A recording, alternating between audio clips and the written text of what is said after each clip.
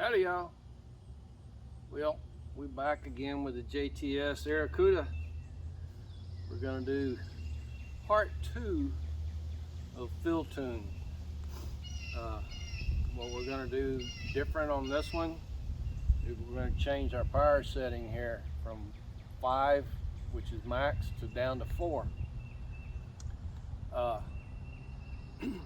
Hopefully on this video I'll be able to get some graphs made and show you the differences, but if I don't get them made, well, I'm gonna try to this time though. Anyway, what we want to try to do is see if this will limit this from going above that 810 or so that we decided was probably about the best maximum velocity for right now. Now this thing is just like powder burners. You know, you can find different nodes of where you have accuracy, and it's basically finding out when that barrel is at the optimal point in harmonics. And right now one of those nodes is around 800 feet per second. So that's what we're trying to accomplish here without changing the gun. You know, going in and doing modifications, because I want to keep this thing stock until the end of it, till I get to do a video. Me and a friend of mine wants to do a video on it, and we want it bone stock as best we can until that's done, you know, because we want it basically off the shelf. This is what you can get type thing. So anyway, starting at the same fill pressure, 2900, targets at 30 yards again. We're going to chronograph everything and see what it does. See if it kind of just tops off that peak, or if it drops the whole string down. So we're gonna get loaded up here and get to shooting, and we'll be back in a little bit. Wait a minute. I want to show you this power setting. I want to bring it in here and show it to y'all so some of y'all can understand that. All right, here's our fill adjuster, our velocity adjuster. And so you can come up here and you can click it. One click, and that's max, and that's on number 4. Now, there's a shaft running through this here. It goes all the way around to the other side there. Comes out right there. Now in that shaft there's a hole, basically, that the air comes through the valve and up through there and then out the barrel. Like this. It wasn't in camera there. So basically what this is this has got a hole in that shaft, and by turning it you're restricting it a little bit. And you know, you can go all the way down to the number 1 setting. And we may do a little bit of that here at the end of this video. So, but that's how it's working. So let's get shooting. All right, this was on the number 4 setting, starting at 2900 psi, and obviously I had a brain fart and forgot to record the pressures on the end of that magazine, the end of that magazine, but on the end of that one I did 2400. It seemed like it lost a lot of pressure between here and here to me, because I only got 90 shots out of this one. It started dropping on this magazine. It was starting to drop really fast, so there was no reason to shoot a 10th magazine. When I do a chart, I'm not even going to do the first magazine on either one of them anyway, and I wasn't going to do the last magazine on the other one. I was just going to do the middle 8. So that's okay. Really don't see a whole lot of change here. Let me pull my number up here. Let's see. I think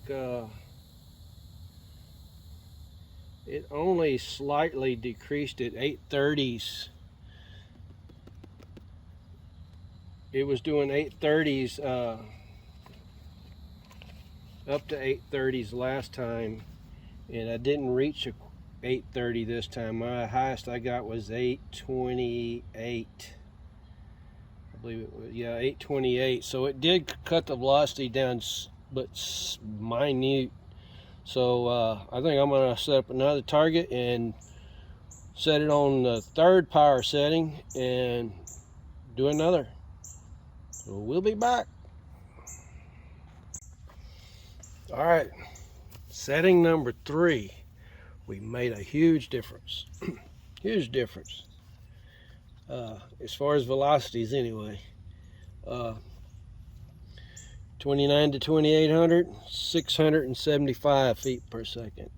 2800 to about 2650, 678, or 682, I mean, was the average for that 10 shots. These are all 10 shot groups.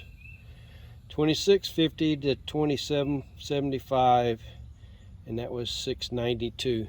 Now when I'm reading these pressures, you know, that little gauge, it's hard to see it. You know, you're just guessing. So these numbers are just guesstimates. You know, unless you're dead line on a line, it's kind of hard to see. Those lines are so close together, and they're 200-pound increments. So anyway, 2775 to 2400 was 699. 24 to 2200, 705. 22 to 2100, 706. 2100 to 2000, 707. 2000 to 1800, 705. 1800 to 1600, 699. And 1600 to 1400 was 689. So we was holding a pretty good average of about 700 there for quite a while. Let's see, 1, 2, 3, 4, 5, 6. That'd be 60 shots, putting in right around 700 to 705. I think my highest was 710, and obviously my low was like 668 up here on this first one. But that was like the first shot. So like I said, I'm going to eliminate the first one and the last one on all these anyway to put into the graphs. So we definitely made a difference going to number 3. It's just a slight difference with number 4. Now what I want to do is go back to setting 4 and change the hammer spring tension. Right now, when I took it out of the box, you know, obviously I shot it, and then after I shot it some, I did a little checking on it. The adjustment screw that when you screw it in, if I screwed it in a half a turn, it wouldn't cop. We got a plane going over. But so I backed it off back to where it was, and I'm going to call that max. So if I go to number 4 setting and back that off to where we was getting still getting up there at 800, over 800, maybe I'll back that down into the 75 range, somewhere in there, you know, between 800 and 750, and get an adjustment there, and we'll do another test there. So that'll be on the next one. So right now we're going to go in and make a graph on these 2 charts, or actually all 3 of them that I've got going now. So we'll do a graph on that. All right, here's the spreadsheet on the JTS standard in 22 using JTS 18.1 pellets. Now the gun is bone stock.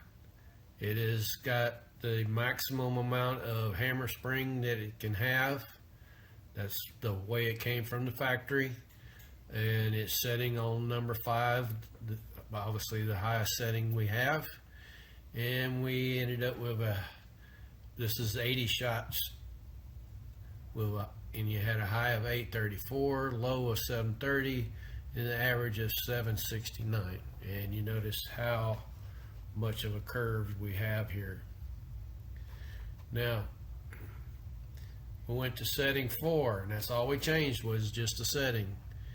Still 80 shots, average of 827, low of 739, with an average of 779.